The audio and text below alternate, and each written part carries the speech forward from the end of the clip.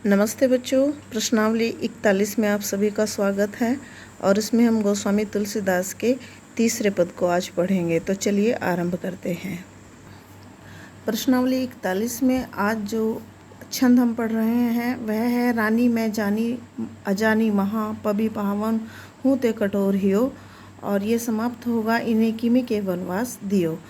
और इसके पश्चात हम इसके जो है रेखांकित अंश की व्याख्या को देखेंगे। तो यहाँ पर संदर्भ जो है वह पूर्वत ही रहेगा, और पूर्वत का मतलब है कैसा रहेगा ये भी आप देख लें।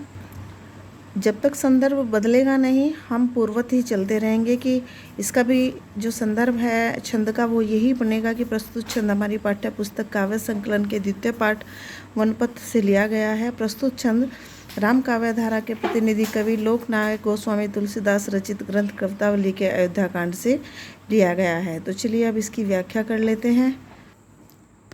यहाँ पर हम छंद के स्वरूप को देख लेते हैं। या तो इन दो लाइनों की रेखांकित अंश की व्याख्या आएगी या इन दो लाइनों की। मैंने ये इंडिकेट नहीं किया है, मगर पूरा का पूरा आपको याद रखना है कि पूरे के पूरे छंद में से कहीं भी और किसी भी प्रकार से आपसे रेखांकित अंश को व्याख्या के लिए पूछा जा सकता है। तो अब हम इसके प्रसंग को देख लेते हैं। तो प्रसंग बन रहा है कि प्रस्तुत छंद में गोस्वामी तुलसीदास जी ने ग्रामीण स्त्रियों के माध्यम से राजा दशरथ और रानी कैकेयी की निष्ठुरता का बड़ा सजीव वर्णन इस छंद में किया है। और व्याख्या क्या कहती है, अर्थ क्या कहता है इसका। गोस्वामी जी लिखते हैं, गांव की एक महिला कहती है कि मैंने समझ लिया है कि रानी कैकेयी बड़ी अज्ञानी है। उनका हृदय तो पत्थर व वज्र से भी कठोर है। राजा दशरथ ने भी उचित अनुचित का विचार नहीं किया और केवल एक स्त्री के कहने पर ही इन्हें वन में भेज दिया।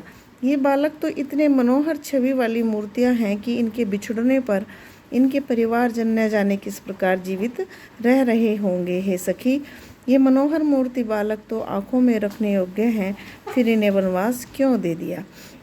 एक ग्रामीण स्त्री भी राजा दशरथ के लिए गए निर्णय पर प्रसन्न चिन्ह लगा रही है, इसलिए यहाँ पर प्रसन्न चिन्ह भी आया है। ये देखिए, पूरी लाइन के बाद एक प्रसन्न चिन्ह लगा है। तो आप यहाँ पर भी हमारी जो व्याख्या समाप्त हो रही है वह प्रसन्न चिन्ह के साथ समाप्त हुई है। ये बात बड़ी ध्यान देने योग्य है कि छंद या पद प्रसन्नवाचक होकर समाप्त हो रहा है या साधारण विराम होकर।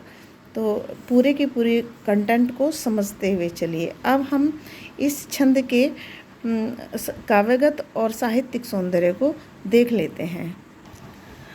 काव्यगत सौंदर्य के अंतर्गत 2 पॉइंट बने हैं यहाँ पर। पहला यह है कि प्रस्तुत छंद में ग्रामीण स्त्रियों की सहृदयता व दयालुता द्रष्टव्य है कि वो सोच रही हैं हृदय के साथ कि बताइए राजा और रानी ने क्या निर्णय लिया कि इन मनोहर मूर्तियों को वन में भेज दिया। उनकी निष्ठुरता इन बालकों पर हावी हो रही है और वह महिलाएं जो ग्रामीण हैं इस चीज़ को पूरी तरीके से समझ पा रही हैं। दूसरा पॉइंट बनता है कि गोस्वामी तुलसीदास जी ने ग्रामीण स्त्रियों के माध्यम से अपनी बात को बड़ी सहजता के साथ छंद में रख दिया है। यानी कि गोस्वामी जी इस छंद के माध्यम से जो अपने हृदय की बात कहना चाहते थे वो है उन्होंने ग्रामीण स्त्रियों के माध्यम से कह दी है। अब हम इसके साहित्यिक सौंदर्य पर एक दृष्टि डाल लेते हैं। तो भाषा के अंतर्गत रोचक प्रभावशील ब्रज भाषा का प्रयोग छंद में हुआ है, और रस में हम श्रृंगार व करुण रस का प्रयोग देख पा रहे हैं।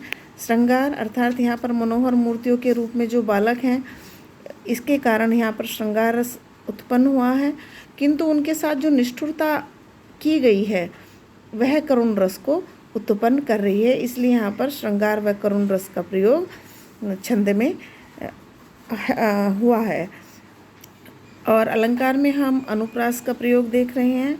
गुण में माधुर्य गुण की प्रधानता है क्योंकि संपूर्ण छंद में मधुरता का भाव बना हुआ है। राजा की निष्ठुरता, रानी की निष्ठुरता, हृदयहीनता, किंतु बालकों के प्रति जो स्नेह है ग्रामीण स्त्रियों का वह यहाँ पर माधुर्य भाव की जो है माधुर्य भाव को उत्पन्न कर रहा है। इसी कारण छंद में माधुर्य गुण की प्रधानता है और छंद यहाँ पर समैया है। तो इस प्रकार आज का जो पद्यांश है उसकी व्याख्या संपूर्ण हो गई है और मैं उम्मीद करती हूँ कि आप इस छंद को पूरी तल्लीनता के साथ अपने रजिस्टर में मेंटेन करेंगे। और यदि मेरी वीडियो आपको पसंद आई हो तो वीडियो को लाइक करें, शेयर करें और ज़्यादा से ज़्यादा बच्चों को मेरे चैनल के विषय में बताएं। धन्यवाद।